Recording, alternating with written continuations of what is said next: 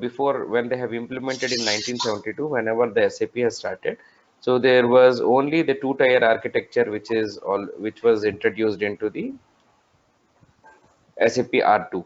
So the first layer was your presentation layer, and the second layer was your application layer and the database layer.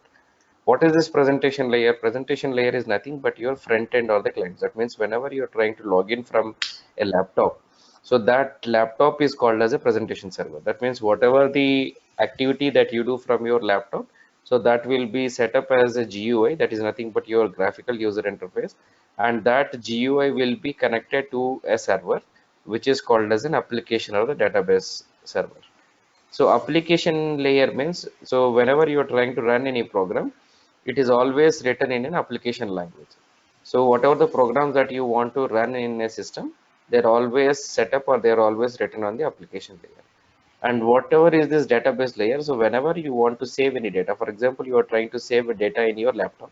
So what you do, you create your folders, and in those folders you try to save it. So at the end of the day, they are all saved in your ROM. That is nothing but your 80 GB hard disk, or 120 GB hard disk, or your 1 terabyte GB hard disk. So that is nothing but your database. So it gets saved into the database whenever there is any data. That data is always saved in the database layer in the SAP. And if you see this R that is already there in this SAP R2, so this R means it is real time. So some of the transactions are real time and they are executed in the real time in the system. Is that clear? Yeah. Right. Ankit, are you following?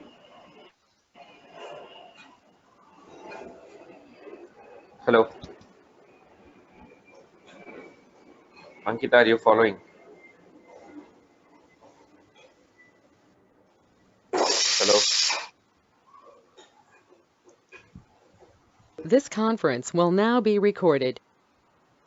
So now whenever we talk about the real time three-tier architecture, so what happened after some days or some time is, so SAP has understood that, okay, with the two-tier architecture, I am not able to, or the company or the system is not able to do it. So now we will try to do a three-tier architecture. So because they were facing some issues with this present application layer and the database layer. What happened here, the programs are written on the application layer, whereas the data is saved on the database layer. Now what happens, because these two layers being the same layer, they have formed, or there had been a lot of difficulty in using the RAM and ROM with the same database layer, because it was 1972 where you had no uh, best hardware then. Now if you compare the hardware today, now if you consider SAP S4 HANA, it is a totally different product that has been introduced by SAP.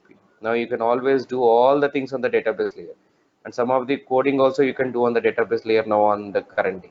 But in 1972, though they have introduced this, it was not a proper solution at the time, because this was not sufficient. The RAM was not sufficient, and the hard disk was not sufficient to do all these activities. So that is the reason why they have understood, and they have separated the application layer and the database layer. Now what they have done, they have divided into first layer, second layer, and the third layer: presentation layer, application layer, and the database layer. Now this R has been the same, that is nothing pure real time, but here, because there are three layers, so it has been considered as R3. That means real real-time three-tier architecture. Now what is this real-time three-tier architecture in the second time? So here if you see, there is a presentation server that has been considered just as the previous slide. So if you see here, the presentation layer is nothing but your front ends, that is nothing but your laptops or the desktops. So here also the laptops or the desktops are the same.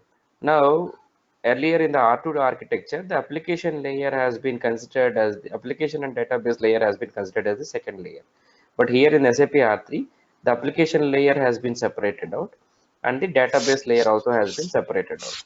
Now what happened here, whenever you are trying to code any programs, or whenever you want to do any enhancement, so you will always do that changes in the application server. And whatever the data that you want to save, they always get saved into the database layer. So whenever you enter into a transaction code, now This if you consider conference will now be recorded. So now if you consider the same, so now whatever the programs that you need to do, or whatever the programs that you always try to write, all those programs you always write it in the application server, and whatever the data that you have to save, they all get saved into the database layer. Now that is the reason, because there are three layers. So that is, this is one layer, this is second layer, and this is the third layer. That is the reason why we call it as a three-tier architecture, real-time three-tier architecture, and R stands for real time.